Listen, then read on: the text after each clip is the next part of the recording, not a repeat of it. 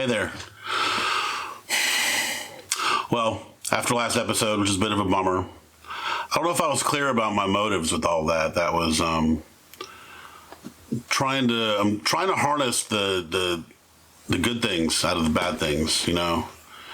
And this video is another example of that. I'm not going to talk to you very long here today.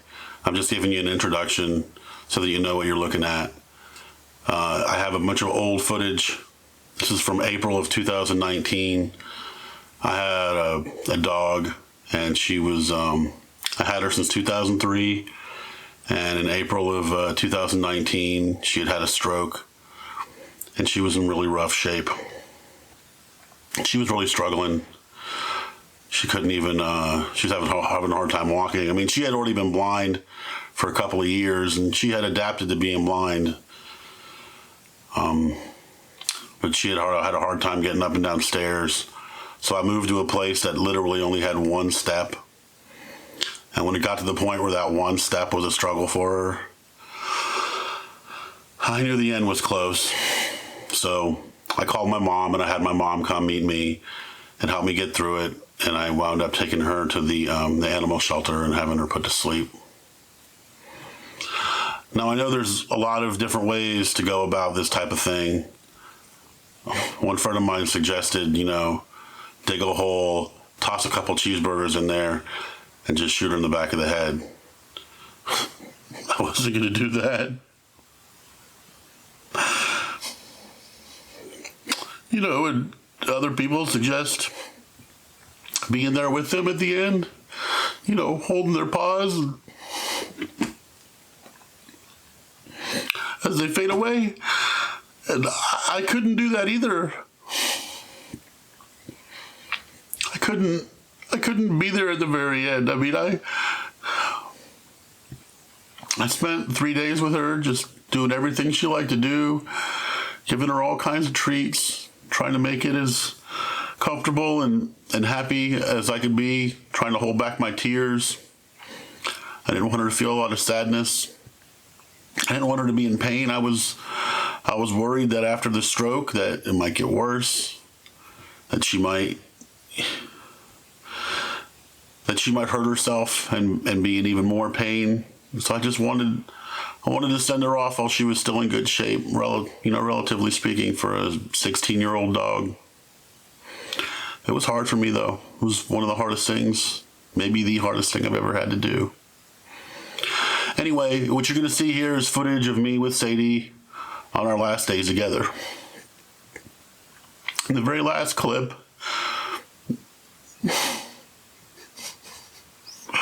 is me with her at the animal shelter just before I take her in and hand her off to the absolutely wonderful people who were there, who were so helpful.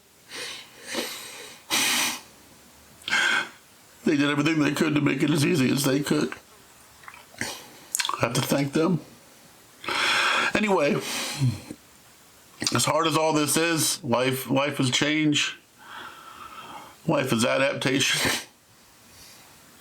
And it has been tough for me to adapt to life without Sadie. And I'm definitely not ready to move on to another dog or any pets. You know, when I had her, the whole time I had her, we moved around a lot. I probably moved 10 times in 20 years. Well, 10 times in 16 years, yeah. Maybe even more than that. I don't know. I lost count. But I don't want to get another dog until I have a place that's at least mostly permanent. And I want to get 2 dogs, so she's got a little friend.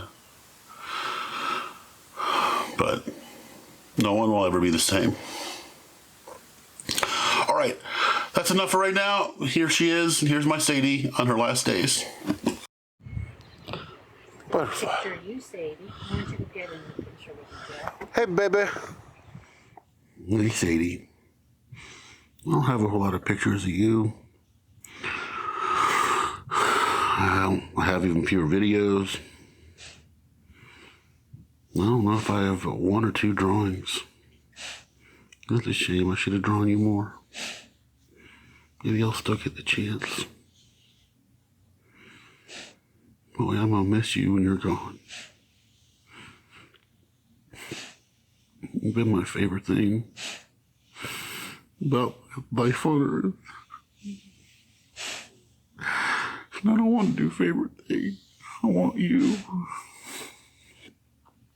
But I know that even once this body of yours is failing, even once it's gone, you're going to live here in my heart forever. You have to. You've built the place. You've made my heart what it is, and I wouldn't even be close to the same person without you. I wish you could be around forever. But that's not possible, is it? At this point, I just don't want you to hurt. I want you to feel good. I don't want you to go to that eternal sleep without any suffering. Oh, it's needed too. Big time. I love you. You mean everything to me. I'll never forget you. Goodbye, Sadie. Goodbye. Thank you for ruining my shot. I love you. Well, Sadie dog, it was 16 years ago this month, back in 2003, when I picked you up.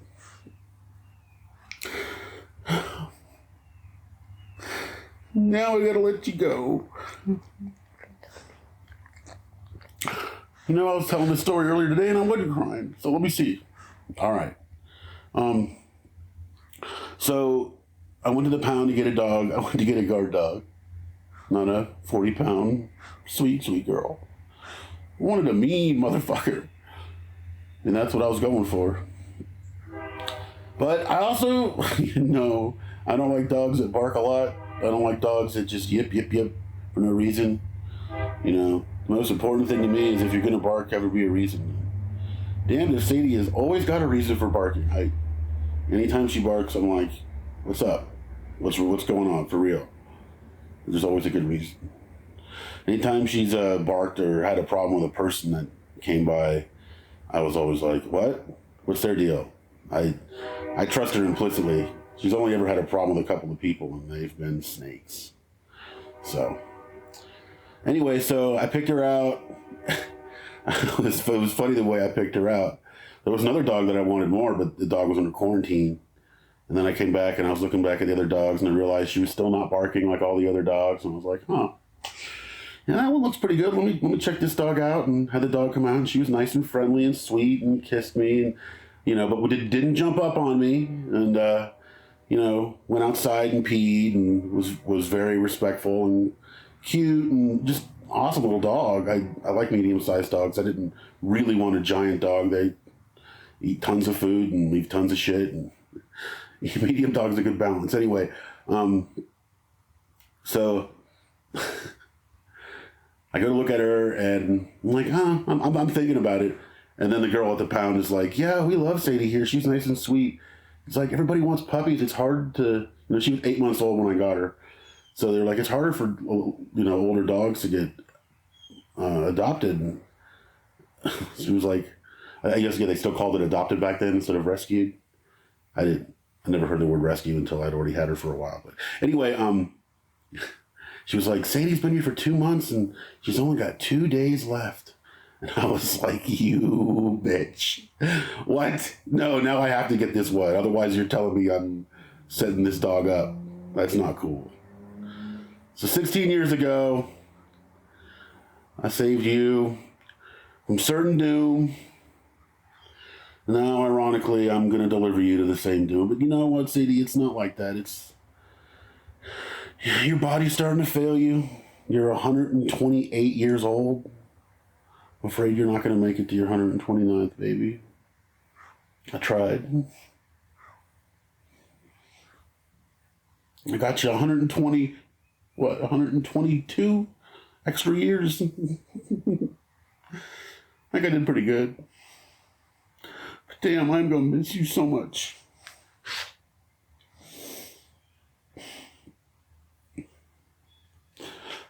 we had some growing pains when I first got her. First couple of days I had her, she chewed up my 2 favorite pairs of shoes and escaped the yard that I had that I thought was impenetrable and just drove me crazy. But we worked it out. We worked it out. I love this dog.